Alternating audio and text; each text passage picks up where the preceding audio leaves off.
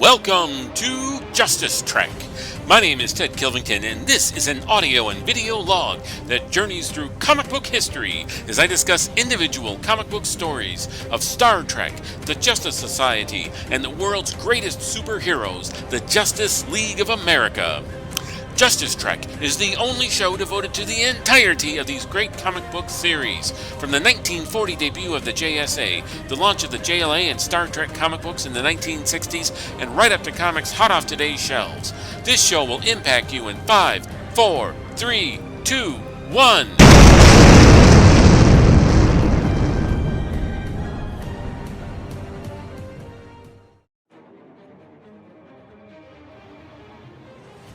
Hey everyone, I'm Ted Kilvington. Thank you for tuning in to Justice Trek.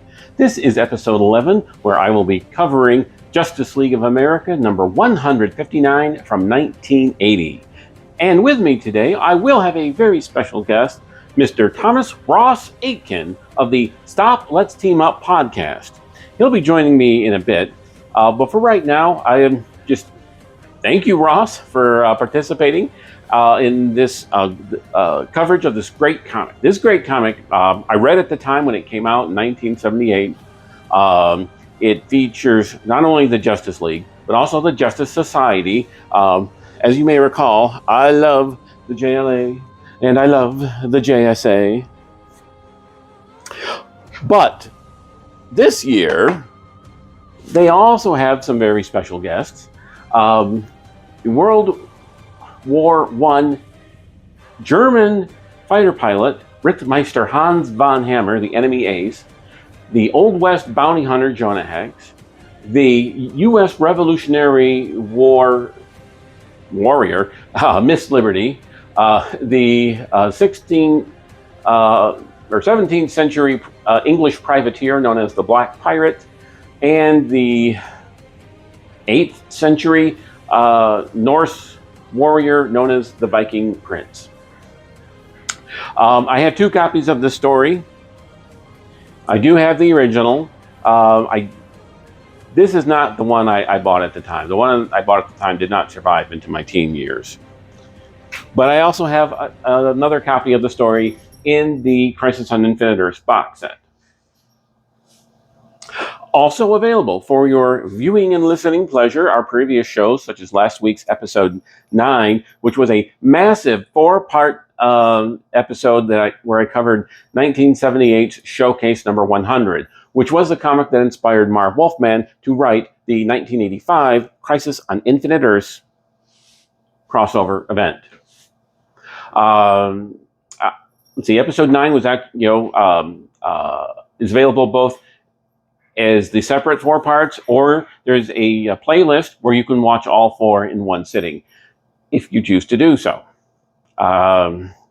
Just out of curiosity, drop me a line on Twitter at Justice Trek, or so twitter.com/Justice Trek, or on YouTube. If you've watched it after watching the video, just drop me a line. Let me know if you prefer to watch playlists or the separate episodes. You can just comment below. Or you can send me an email at thejusticetrek@gmail.com. Remember, that's thejusticetrek@gmail.com. My cat gets very jealous of the time and attention I pay to you, the viewer. So she will do things throughout the episode to try to get my attention. Just remember, folks, be kind and understanding to her. She's just a kitten. And she's jealous of you. So part 1 of the Showcase number 100 coverage focused on what I call Crisis Trek 78, which was actually a discussion of all of the comics DC published in 1978 that were leading up to the 1985 Crisis crossover event. Episode 9.2 was the extended roll call, where I went into some depth about all of the characters appearing in that monumental issue. 9.3 was the actual plot of the issue, and then 9.4 was my page-by-page analysis of what was going on. Also available, of course, this is episode 11, that was episode 9, we have episode 10, where I covered 2022's Star Trek number 400 from IDW. So that IDW is doing some wonderful Star Trek comics, and I really encourage you to check them out. And if you watch the videos, hopefully that will encourage you even more to check out those great Star Trek comics that are being published by IDW. Please click like, please click subscribe.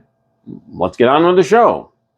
The main characters in this particular issue of Justice League of America, number 159, are Superman, that's Kal-El, aka Clark Kent, in case you didn't know, Flash, the Barry Allen Flash, Hawkman, Tatar Hall from Planet Thanagar, and the Elongated Man, Ralph Dibny. The main Justice Society members from Earth 2 are Wonder Woman, that's Princess Diana, aka Diana Prince, Dr. Midnight, that's Dr. Charles McNider, the Star-Spangled Kid, that's Sylvester Pemberton III, and Huntress, Helena Wayne. Other characters appearing in this issue, a lot of the JLA and JSA members have small roles. Those include the Batman of Earth 1, the Wonder Woman of Earth 1, the Green Lantern Hal Jordan of Earth 1, Green Arrow of Earth 1, Atom of Earth 1, Black Canary Dinah Drake Lance, formerly of Earth 2, now of Earth 1, Red Tornado John Smith, formerly of Earth 2, now of Earth 1, and Hawk Girl Shara Thal from Planet Thanagar. Also making small appearances from the Earth 2 Justice Society, we have the Superman of Earth 2, that's Kal-El. Not Kal-El, Kal-El. Do you understand the subtle distinction? Basically, the Earth 1 Superman, his Kryptonian last name is E-L, and the Earth 2 Superman, his Kryptonian last name is just the letter L. Let's see. Also from the Earth 2 JSA, we have Green Lantern Alan Scott, Flash Jay Garrick, and Kent Nelson, Dr. Fate. Now, our special guests this episode are, as I mentioned, there's the Black Pirate, who was created by Sheldon Moldoff. His first appearance was in Action Comics number 23, way back in February of 1940. It's February 22nd, 1940. John Valor, love that name, was a British nobleman in the late 1500s who donned a mask and became an undercover pirate. The Viking Prince was created by Robert Kanigher and Joe Kubert. He first appeared in The Brave and the Bold number 1, way back on June 7th, 1955. John Haraldson was the son of the leader of a tribe of Norse warriors in the 900s. So earlier, I think I said he was from the 8th century. Well, apparently he's from the 10th century. So what are you going to do? Next up, Miss Liberty, created by Ed Herron and Fred Ray. First appearance in Tomahawk number 61, published May 3rd, 1962. Elizabeth Lynn, or Betty Lynn, as her friends called her, was a nurse during the U.S. Revolutionary War who would disguise herself as a costumed warrior so she could covertly fight the British Army. Enemy Ace was created by Robert Kanigher and Joe Kubert. Great pair. First appearance in Our Army at War number 151, published December 3rd, 1964. Rittmeister Hans von Hammer was an extremely principled German military officer, pilot, and ace who, during the First World War, who flew a Fokker triplane. And finally, our most recently appeared guest star was Jonah Hex, created by John Albano and Tony DeZuniga. First appearance in All-Star Western number 10, published December 7th, 1971. Jonah Hex was a bounty hunter that operated in the western United States in the 1870s. Okay. What I'm going to do now is I'm going to do the issue synopsis, which was taken from the Independent Comics Group 1986 publication, the official Justice League of America Index number 5. And after that, I'll do the credits. I like to do the credits in the middle of the show, so you stick through them. And then afterwards, we'll get into my discussion of the issue with Ross Aitken.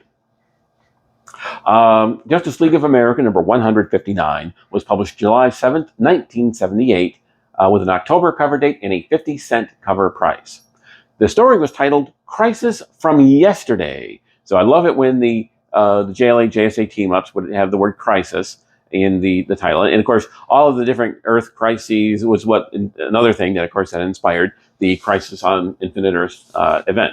That's one of the reasons why they reprinted every JLA JSA team-up in the box set, because they really were an integral part of DC history, especially that inspired the Crisis. The story was 25 pages long and was written by Jerry Conway. Dick Dillon was the pencil artist. Frank McLaughlin was the ink artist. Ben Oda was the letterer. Carl Gafford was the colorist. And Julius Schwartz was the editor. The cover art was by Rich Buckler and Dick Giordano. And here we go. Puff up my chest so I can do my announcer voice. The Lord of Time launches a scheme to control the flow of time through the living computer, the Eternity Brain. But to correct a fatal flaw in his scheme, he is forced to draw 5 heroes out of the past, give them superpowers, and pit them against the Justice League and the Justice Society. The Viking Prince, Jonah Hex, Miss Liberty, Enemy Ace, and the Black Pirate cause an explosion at the joint meeting of the two teams, which sidelines all but 8 members of the groups. In a follow-up battle, the Viking Prince and Black Pirate defeat Flash, Huntress, Dr. Midnight, the Elongated Man, and the Earth 2 Wonder Woman, while Superman, Hawkman, and the Star-Spangled Kid fall before the forces of an airborne enemy ace, Jonah Hex, and Miss Liberty. As they recover, the heroes set out to avenge this defeat, which is precisely the Time Lord's intention. His irrevocably programmed and Eternity Brain computer will stop the flow of time forever unless the JLA and JSA can prevent it.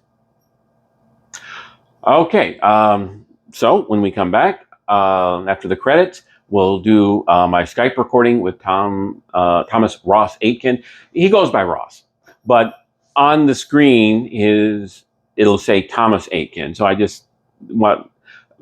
very rarely see the name Thomas, but it does appear on the Skype screen. So I just didn't want you to be confused.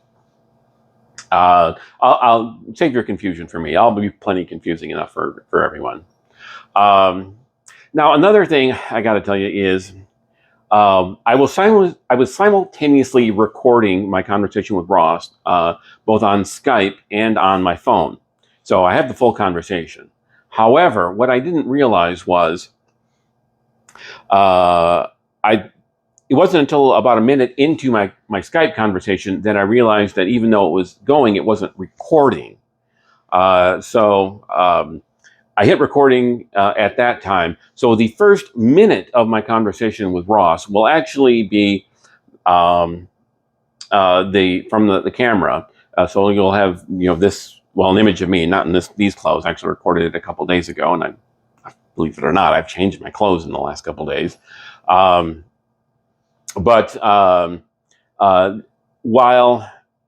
we switch from the phone call to the Skype call, the image quality won't be as good. However, the sound quality of Ross was better in the Skype version than in the phone version. The phone version just didn't pick up the Skype audio that well. So for that portion of the call, I'm actually going to do like a online or on-screen transcript of Ross's words, so they're clear in case you can't make it out from the phone recording of the Skype call. And then, like I said, after a minute, we'll switch to the Skype call. See what I said earlier about me being confusing enough for everyone? Okay, click like, click subscribe. Be back here after the credits so they'll hear Ross and I talk about Justice League of America number 159. It'll be worth your time.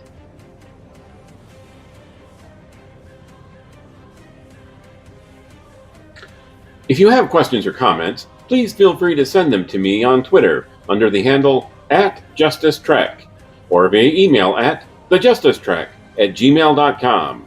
Be sure to include the word "the" at the beginning of the email address. For research purposes, I rely heavily on dc.fandom.com, memory-alpha.fandom.com, comicvine.gamespot.com, the Grand Comics Database at comics.org, and Mike Boyle's website, Mike's Amazing World of DC Comics at dcindexes.com. The opinions expressed are solely those of the host and any participants. This podcast is not a commercial enterprise and does not make any money. All copyrights are held by their respective owners. The opening sequence was animated by Craig Smith of Phoenix Studios. The opening music is Dragon Slayer by the Makai Symphony. All music used is either public domain and/or not protected by copyright. Under Section 107 of the Copyright Act of 1976, allowance is made for fair use for purposes such as criticism, comments, news reporting, teaching, scholarship, and research. Fair use is a use permitted by copyright statute that might otherwise be infringing. Nonprofit, educational, or personal use tips the balance in favor of fair use. Okay, well, thank you for joining me, Ross. For you listeners who don't know, Ross Aitken hosts a couple different shows. He has his own stream, Stop, Let's Team Up, where he talks about Starman, Legion of Superheroes, and are you still doing Defenders? No, I pause that. I'm just going to do it once in a while with Billy. Okay.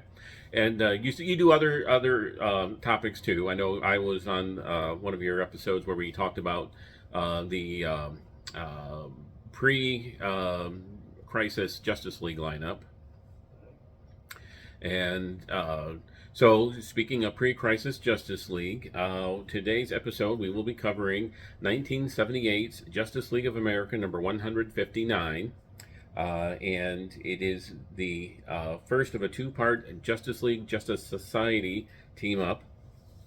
And this year, they teamed up, instead of with a third team, as they had done a few times in previous team-ups, it was kind of a random collection of non-superhero figures from DC publishing history.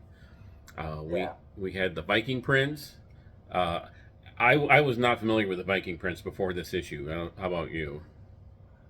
I knew who he was because my older brother, who was like my dealer of comics, is a huge Kubrick fan. So he had read a lot of the Viking Prince. So I had seen him and read maybe one or two. I knew who he was, but that was about it. And I knew it was a Joe Kubrick character. I think someone gave me a hardcover of it for Christmas one year, and I still haven't read it, but it's pretty.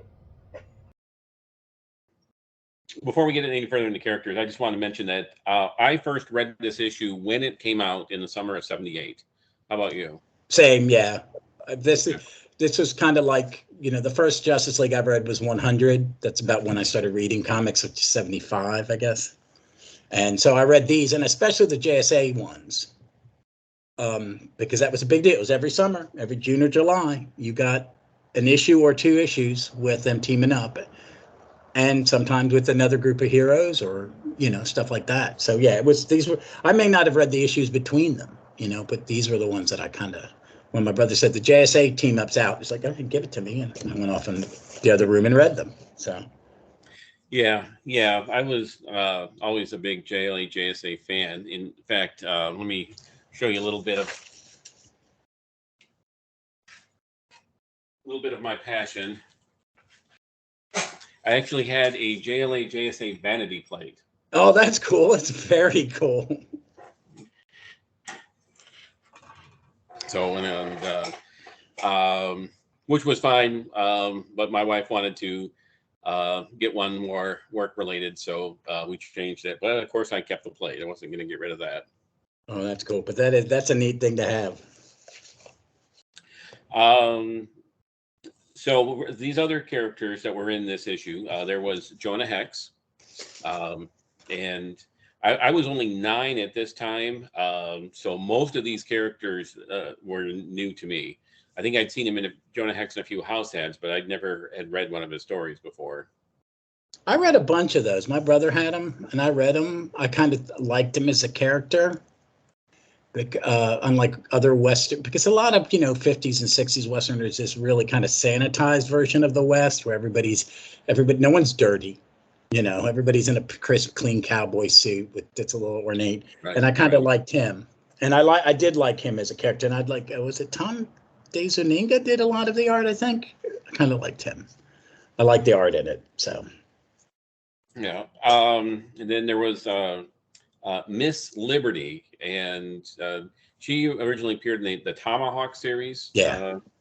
And honestly, I don't think I've ever read a story with Miss Liberty in it outside of this one. And I think she appeared in one flashback sequence in All Star Squadron one time. But yeah, I never read any of the original stories with Miss Liberty in it. I think this is the only time I've ever read her. I've heard of her. She's in the Who's Who. I saw that, and I may have thumbed when I worked in comic shops when I was putting back issues in. May have thumbed through a Tomahawk. Okay. You know, and I'd seen it in house ads because I had my brother had comics from the '60s and stuff when those were still, because technically that fell under their Western Right. banner. Even Yeah, though it's even set in though it's set in the 18th century. yeah, it took place about 100 years before the Jonah Hex comic, and it was set in the eastern United States. But yeah, it would get classified as a Western. Yeah. We were So I both- mean, Yeah, they're but both this is the only frontier. time I've read her. Yeah.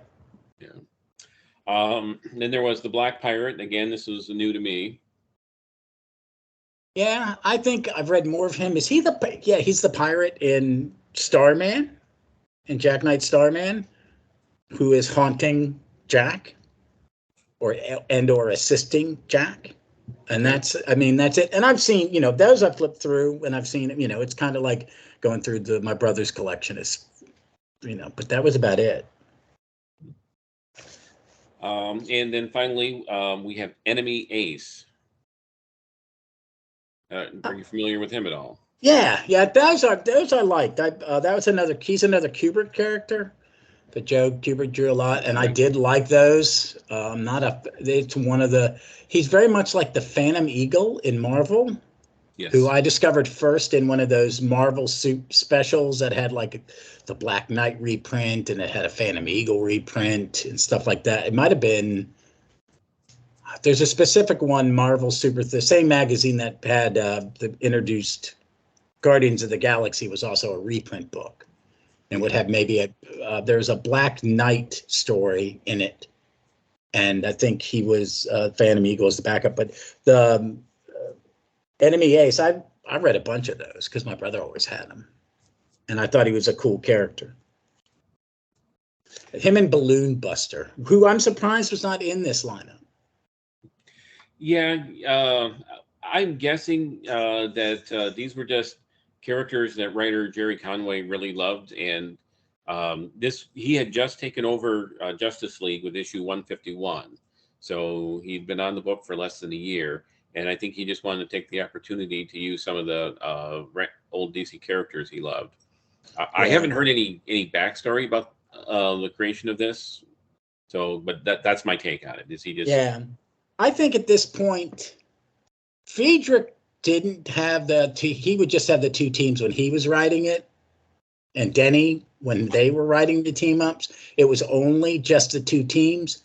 But Conway, he went back but Wolfman had him meet Seven Soldiers of Victory and didn't do it. But it was kind of the mode was who else are they going to team up with? Because in this one, and I think Jerry does the next one too.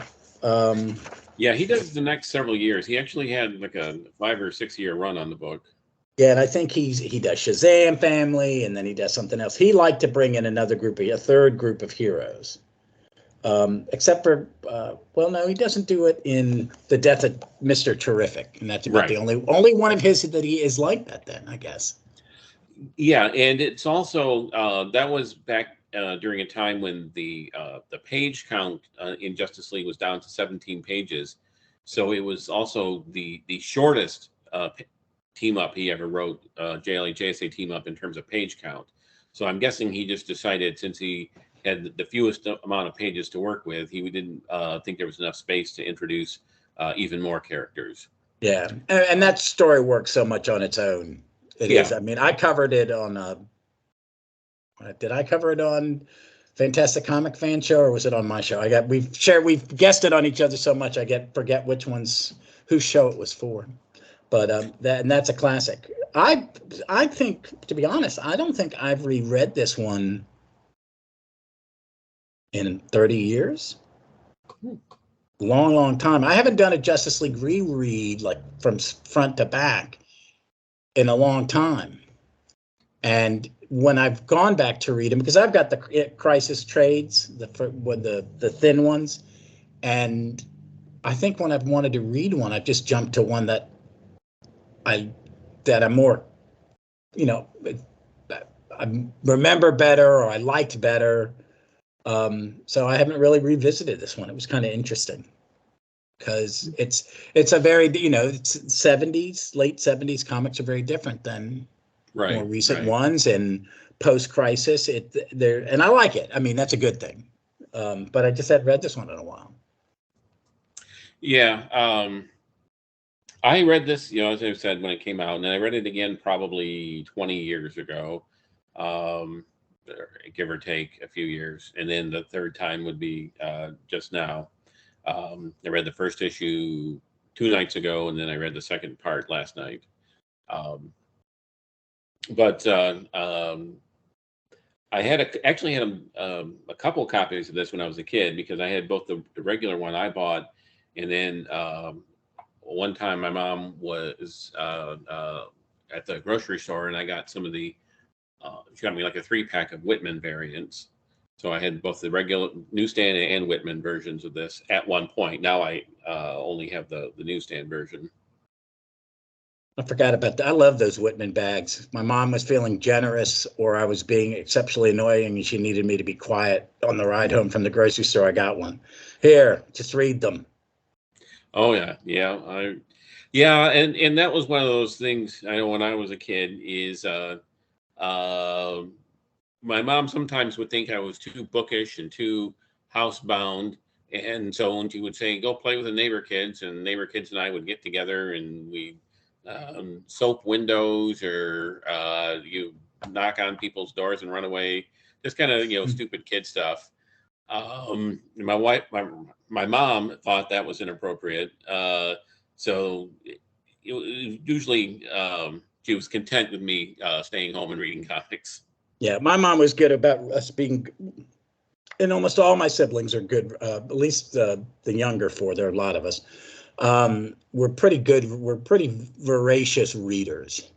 And my oldest brother is, my God, I mean, he's read more books than any 10 of my friends combined.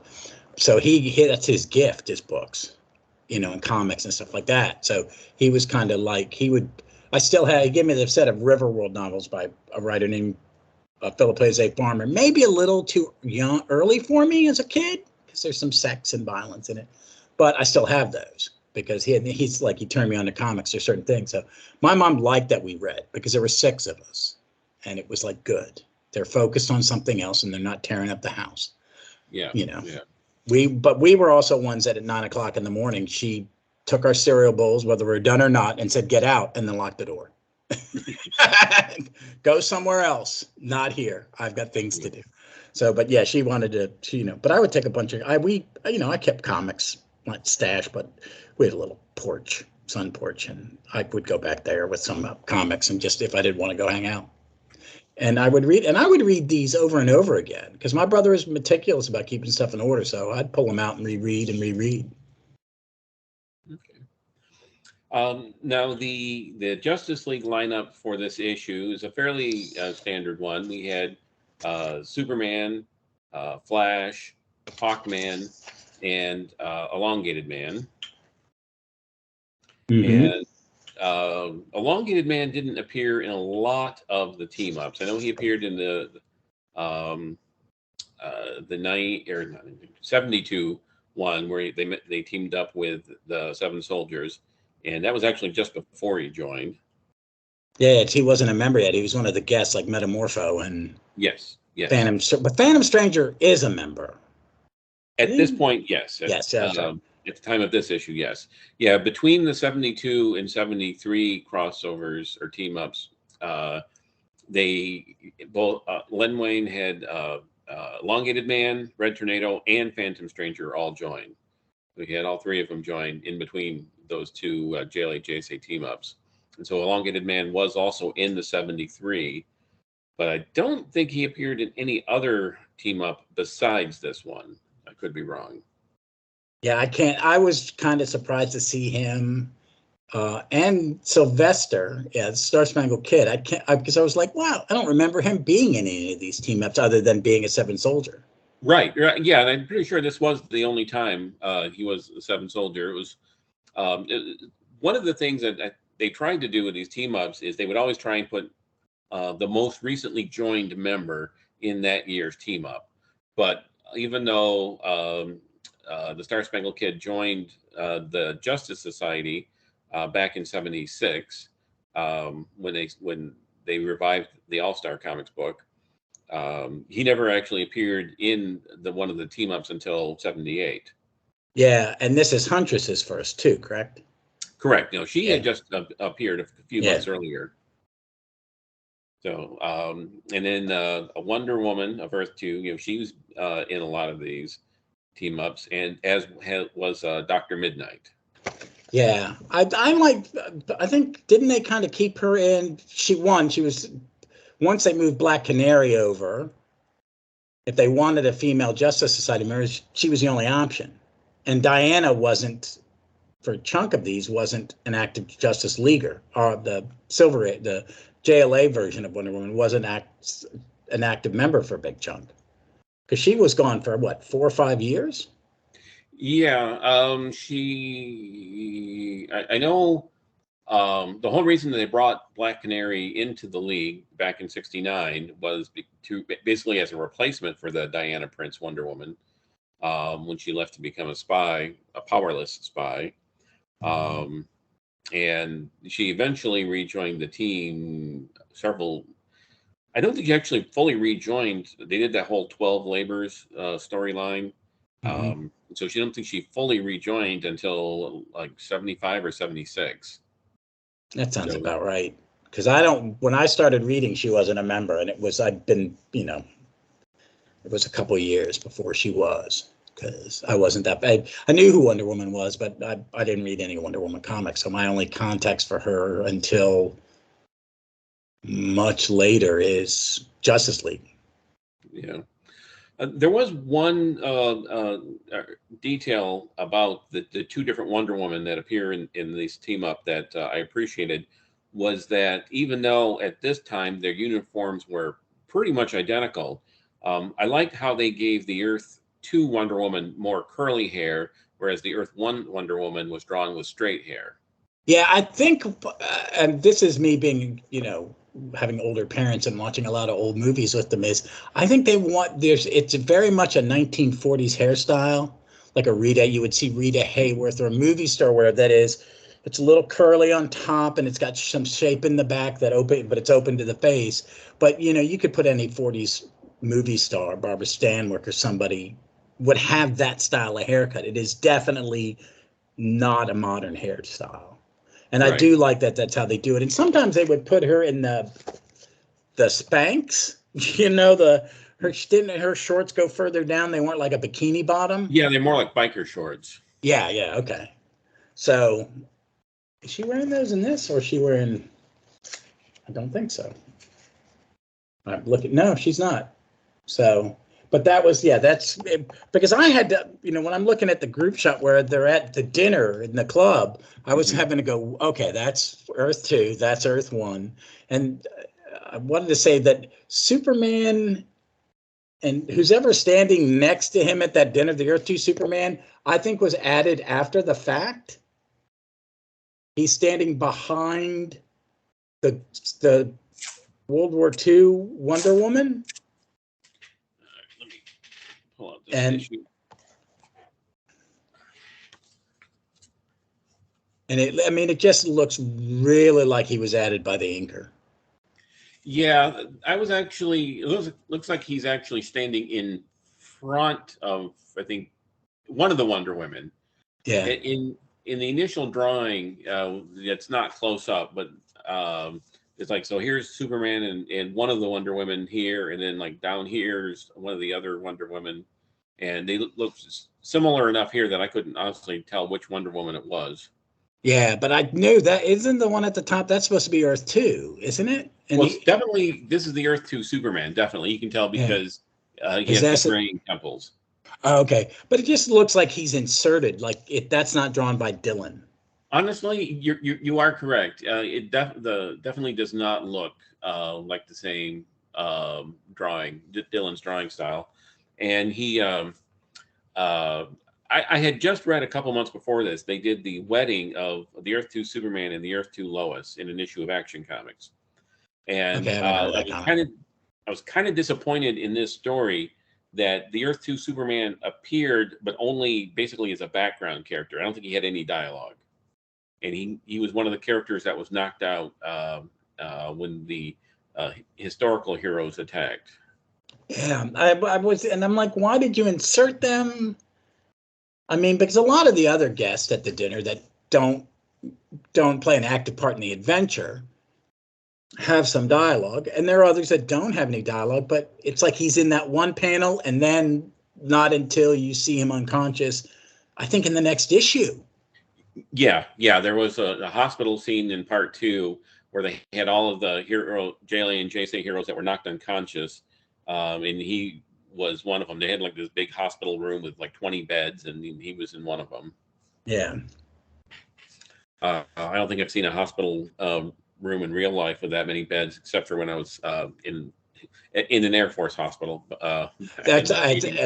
Yeah, the only time I've ever seen it is in a military hospital. As a kid, though, I mean, you know, because we always had to go to military hospitals as a kid because my pops was a Marine. And it's like, yeah, it's nothing. I work in a hospital. I said, that is really unsanitary. You really don't do that, except in case of emergency nowadays. But weird things working in a hospital is if you're in a hospital, the reason why certain hallways are very, very wide is one, to move for traffic, and two, if you need to turn them into a like mass casualty event, you can line beds up on either side of the walls. It's really I was like, really? It's like, it never happened, but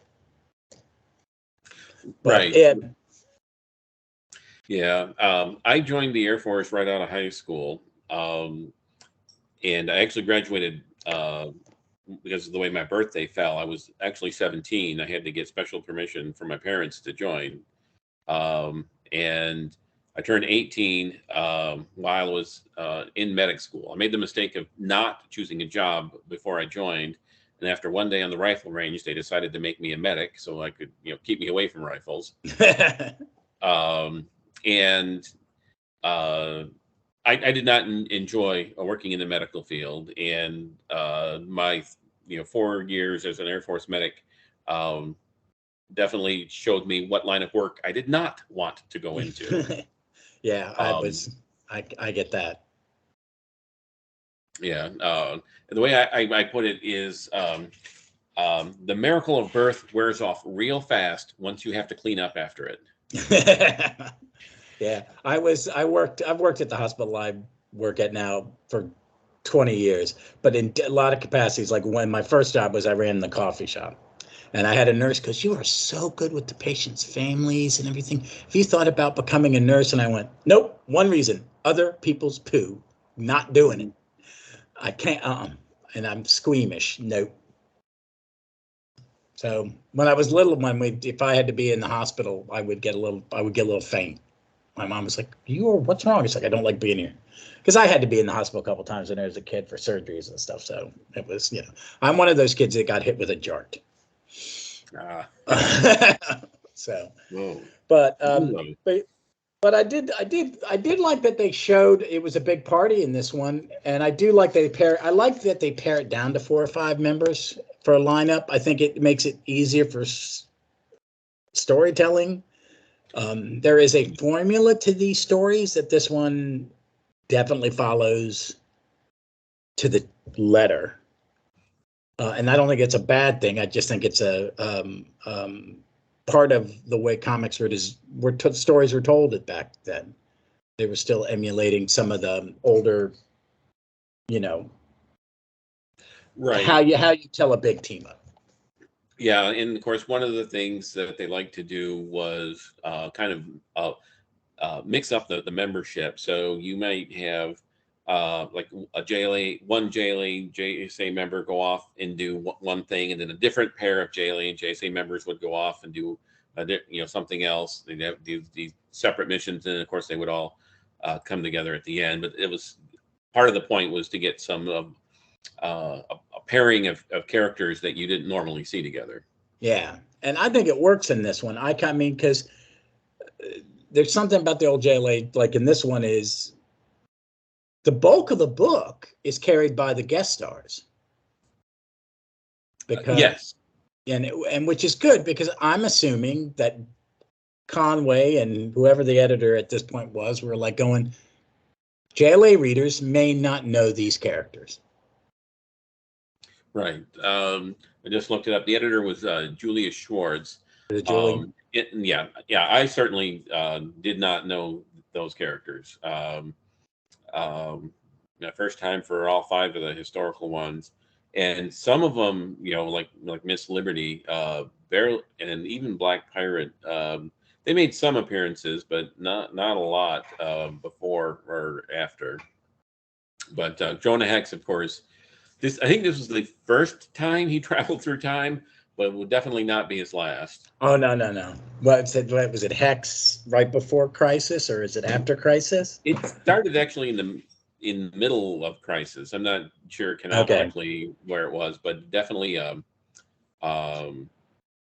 one of the things I liked on the TV show Legends of Tomorrow, they did an episode where the characters on that show traveled back to the Old West, where they ran into Jonah Hex. Yeah, I love that show. Yeah, and then Jonah Hex takes one look at the time traveling heroes, and he says, "You look like time travelers, 21st century, I bet." And they're like, "Yeah." How did you know that? Oh, I love that show. I love it. It's such a great show, and I like that actor. I forget his name. He was in that. Oh God, I'm gonna forget on the movie. The Tom Hanks directed movie about the pop band, The Thing You Do. Oh, okay. He was the lead singer in that. But I liked it because the show is it. After season 1, they went, this isn't really working. Let's just throw out all the rules and lean into the weird and silly. Yeah. And then it was like, oh, this is entertaining because you don't care. You absolutely are not taking any network notes at all. Right. So, and it was a fun show. And I remember that moment. And I was watching it with a buddy, and he was like going, I said, oh no, Jonah Hex, he's a seasoned time traveler. Yes. And I actually liked that sci-fi series. I've read a few of them, and they're entertaining. I mean, it's Jonah Hex. He's just a damaged, violent man who keeps getting pulled into stuff he doesn't want to do. Right. So, but yeah, he would. I think at this point, he is the only one who has his ongoing series. Yes. I don't think by this point the Westerns are gone. War comics are still around. Right. So Enemy Ace was probably appearing at least randomly. Yeah, I don't think any of the other 4 historical heroes has ever had their own ongoing series. I know they've done like maybe one-shots or miniseries with Viking Prince and Enemy Ace. Yeah, Enemy Ace was in Our Forces at War or something like that. I forget the title, but yeah, there was they had like Our Army at War, and then they had one called Our Fighting Forces. Yeah, it may have been one of those. Because he was around. There were still Enemy Ace stories into the 70s. I know he appeared in A Brave and the Bold. Yeah. So, but I think, Jonah was the only one who ever had his own title, ever. Right. Yeah. Okay, let's get into the story for the first issue. We've talked about it some more, but basically, opens up with the scene in a restaurant where you have almost a couple dozen members from each team. And then when the historical heroes attack, most of them, aside from the 8 we mentioned earlier, were knocked unconscious. And basically, the historical heroes were given vague radiation powers by the Lord of Time. Yeah, that kind of like how, because I remember when I was a kid going, how are these guys fighting the justice? But yeah, it's a very much well, I mean, they're battling. What is this guy's name? The King of Time or the Lord of Time? Lord of Time. Yeah, but they're all given some weird superpower or radiation. I mean, they've been given. I guess it says straight up superpowers, and they're really not that defined, are they?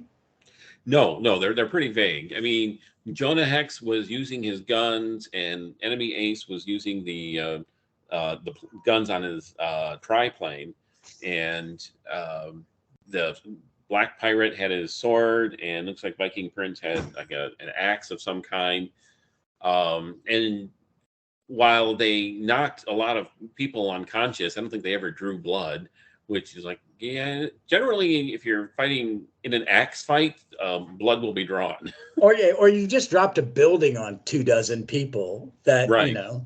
Yeah, forget the radiation. You drop a building, Batman. I mean, come on, or Dr. Midnight. They should have been knocked unconscious. Yes, I like it that they needed the Doctor, and he's in a lot of the crossovers. He is, and I've been looking back because I'm getting ready in my Starman podcast that I'm going to do the Justice Society appearances where they go chronological. Yeah. And I was looking and went, from when Dr. Midnight's introduced, he's in it till the end. And he's in a lot of the early team-ups. Yes. It's like, oh, he's their Batman because you don't want to use the Golden Age Batman. Because at this point, has the Golden Age Batman appeared? Yeah, he was in the 76 team-up when they met the Shazam family. And Okay. And that was actually the only one he appeared throughout. He did make a cameo appearance in one of them, but I know in the 1970 team-up, they actually had one where they had like the Superman and Flash and Dr. Midnight of Earth 2. Something was attacking them, and it was also affecting their counterparts on Earth 1. Yeah. But of course, Dr. Midnight didn't really have a counterpart on Earth 1, so for him, they selected Batman. Yeah. So, but he gets half the building dropped on him, and he's barely got a scratch. Right. But Barry's complaining, I don't feel that well. Yeah, it's this. I mean, it's it is what it is. It's just there's these serious. I mean, I read these and I go, when I was 6 or so, whatever. Probably at this point, I was early teenager. I just kind of accepted it, and look it back. But I do like that when they leave, the 2 horses can fly. Yeah. So can the Viking ship, and they're really not fazed by it. Yeah. Honestly, a lot of the I mean, I appreciate the historical characters, but the fact that they had to basically like change their modus operandi or their MO, and to me, it basically was like we only really got like half of the characters, because part of the whole point of these particular characters was the context that they were in. Jonah Hex is a guy who has a gun and shoots bad guys. So giving him radiation and a flying horse in the present, it's like you're only getting half of Jonah Hex, in my opinion. Yeah, I agree, and that's kind of it. It's like the Viking Prince. Why, I mean, I know why Conway's doing it. He's following the formula. He's got to knock this, and probably at this point he's writing half a dozen or more books, because he was prolific. And but it would have been kind of more interesting if they had to battle them in their own settings, and soup them up, because they don't have powers or just don't have superpowers. There are enough people with mild or lower level superpowers in both teams Yeah. Because, but I mean, that's kind of the part of the formula is to split them up. Yeah, I know that in the 72 team up where they rescued the 7 soldiers, they did have the heroes travel back in time to rescue them. But I think it would have worked better, for me at least, if they had traveled back in time and met these historical characters in their own settings. Yeah. I mean, I'm sure they might have gotten complaints from people who's like, oh, you just did this a few years ago. But, well, you're getting complaints from me now for the way you did it. So, yeah, it's, it's, you're doing this because I forgot. I mean, looking back, I'm going, really, 2 out of your 12 issues a year, for the most part, is set aside because there are some single issue ones. One of Len's is a single issue, the Sandy story. yep. I think there's one single one in somewhere between like the 60s issue, when Mike Friedrich or Denny was doing it. I don't think so. I think the only one issue was the one that Len Wayne did with Sandy. Really? Okay. But what they did do, Gardner Fox's last one, it was actually his last stories altogether. It was Gardner Fox's last story and Dick Dillon's first Justice League story. In '68, they did the 2-parter, but in the first part, it was just the Justice Society, and that was the one where they introduced the Red Tornado, the current version. Okay, yeah, that's right. Yeah. And then, like in the second part of that year's team up, it was just the Justice League, but also Red Tornado was there, and so it was kind of done in one. Basically, it was still a 2-parter, but each part had different characters aside from Red Tornado. Yeah, that's cool. I like that one. I'm a big Red Tornado fan. He's one of my favorite Justice Leaguers. Yeah, I always thought he was underutilized on the team. I know for some reason a lot of fans and even some writers didn't like him, but it was like, well, if you portray the character as whiny, then of course no one's going to like him. Nobody likes a whiner. Just don't make him such a whiner, and people will like him more. Well, and I think Glenn because you see in this one, his adopted daughter is at the party with him. See, Yeah. I was gonna. That was something I was gonna comment on. And she was also at the hospital with him in the hospital scene when he's lying on the bed. You see her either sitting or standing next to his bed. Yeah, and that's because he did have he was Len and Jerry, I think they did some good work with him. He's a good character. And he was different later. I'm a big fan of Peter David's Young Justice, but I liked him as a mentor. I could see that, Yeah. He hasn't been used much outside of comics. I know I saw him on one Superpowers cartoon, and I know he was on an episode of the Batman Brave and the Bold. Oh God, series. I love that series. Yeah, the one with Diedrich Bader doing the voice. Yeah. He's from Virginia. He went to the same high school one of my best friends did. He's from Alexandria, and I grew up right outside Alexandria. But he's in a lot of Young Justice. Yep. Because he is kind of their mentor in the Young Justice series.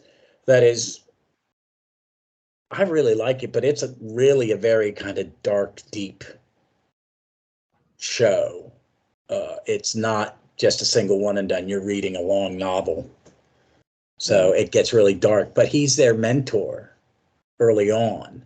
So in the first season, he's in it a lot because he's the liaison between the Young team and the Justice League. So he's a good character. I mean, he's and I think he was underutilized a lot. I think Len and Jerry Conway were the only ones who really kind of flesh him out. But he had a couple mini-series. I like that. He did one, Carmine Druid. Yeah. That was, I think it was in '85, and it was written by Kurt Busiek, I think. Oh, then that's why it was good. I'm a huge Kurt Busiek fan. I remember, I think I was reading an interview with Busick, and he said that the first couple issues sold well, but then that was also right at the time of Crisis, and in between like the second and third issues, they like had the Anti-Monitor destroyed him in Crisis, at which point the sales on the second two books of the miniseries just dropped off. Because I guess people figured, well, we know he's going to get destroyed, so we don't want to get too invested in the character. Ugh, I hate it when they Which did is that. a shame. I mean, he's an android. He'd already been like destroyed and rebuilt twice, so he could easily be rebuilt again. But Yeah, and that's after the issue where All-Star Squadron is introduced is a Red Tornado centric story. oh yeah, yeah, That's a great story. That wow, the android had no powers. It's the Tornado Tyrant inside him yeah. that gives him power, and I love that. I love that story. That's one of those single great comic books because both stories are awesome. Right. Oh yeah, yeah. But is that a Jerry? Was Jerry still writing it?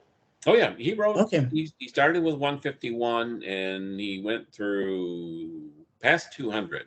Okay. Yeah. And then he took like a year off, and then he came back to do the new Justice League, the Detroit League, which I need to read one day. I've never read all of it. Yeah, it's okay. I mean, I'm a Justice League guy, and of course, I'm from Michigan, so I love the fact that the Justice League were going to be based in Michigan. However, the first half of the tenure of the Detroit League was lighthearted, but then right before Crisis, artist Chuck Patton, who was there, the initial artist on the Detroit League, he left, and then they had a few fill-in issues, and then after the Crisis, they brought in Luke McDonnell as the artist, and Luke McDonnell, great for Suicide Squad, but it was tonally, the book was like the exact opposite. So the first half of the Detroit League was, it was like bright and lighthearted, and it was in Detroit. And one thing a lot of people forget is the second half of that team up, that lineup, was actually, they left Detroit. They weren't even in Detroit. They were using the old cave headquarters in Rhode Island. The series just got a lot darker, and then Conway didn't even stick around. The last 6 issues were written by J.M. DeMatteis. Yeah, those are the ones I've read, and I'm a huge Luke McDonnell fan because I think Ostrander's Suicide Squad is one of the best team books ever written. It was great. And his Iron Man run when Rhodey was Iron Man, it's a really good run, and it's really pretty. It's really well drawn, but he does have a heavier style. It's a lot of dark. There's a lot of black and a lot of heavy coloring. And stuff like that. So yeah, but I might, if they ever do that as an Omni or something, I might get it. I think because I'd like to read it. Did they do it and I missed it? I'm new to Omnis. It's part of my downsizing thing. Yeah, I still have the originals I bought back in the 80s. So that's how I have them. The Detroit League, all the way from when they started in '84 right up until until they were killed off to make room for the Keith Giffen Justice League. Yeah, which is a run I like. I'm a bigger fan of Justice League Europe because they leaned into the silly a little heavier, and I'm a big Bart Sears fan. So, yeah. Let's get back. To this one. I mean, I can and have talked about Justice League for literally hours on end. Yeah. So the second half of the issue, the first half is when the historical heroes took the team at the restaurant. Then the second half was the 8 surviving heroes tracking down the historical heroes. And what they were at, like what, Valley Forge? I think they went to Valley Forge, Pennsylvania. And then they had an encounter there.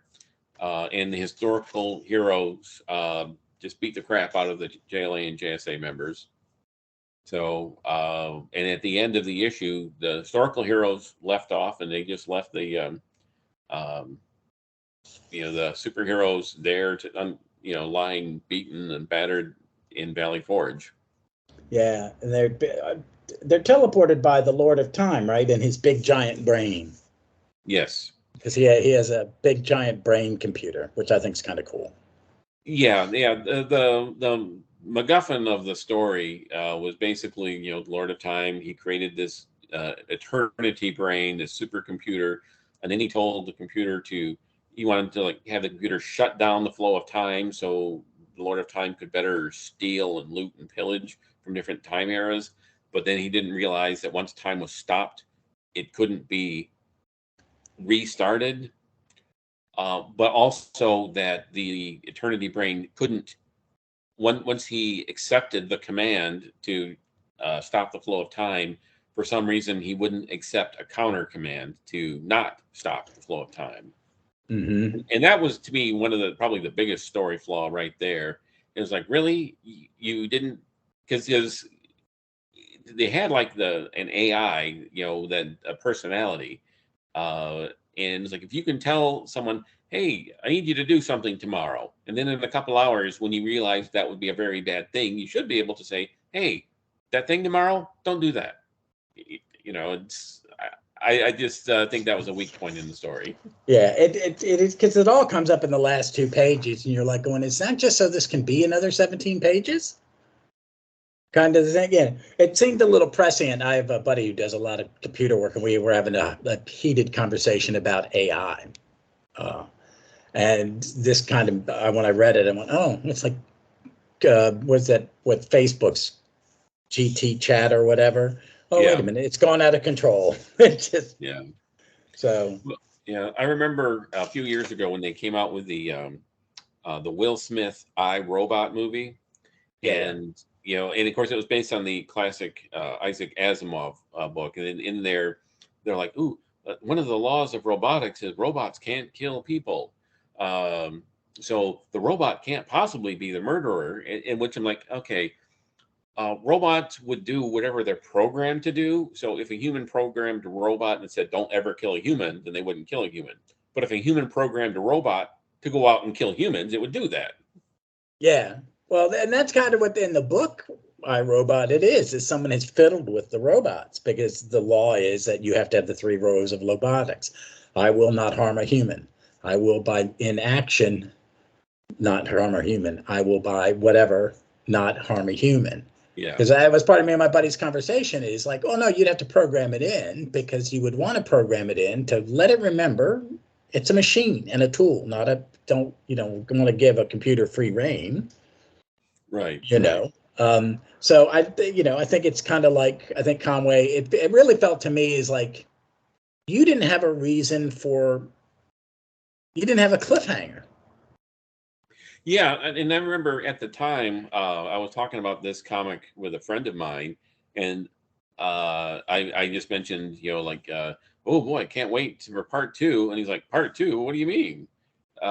Because basically at the end of part 1, the heroes just, they woke up after getting the crap kicked out of them in Valley Forge, and then they're like, oh yeah, we need to do something, and then, but it wasn't, any declaration of war or anything. It's just like yeah, we need to do something. It was very matter of fact, you know. And I love the page where they're knocked unconscious, because it's a nice single page with, in the top of the page, you got the 5 heroes of the past and all the horses and the planes and boats in the background, and then the unconscious superheroes on the ground. And then you go to the epilogue where they've been teleported back to the Lord of Time's place. And then it's just the other heroes just waking up.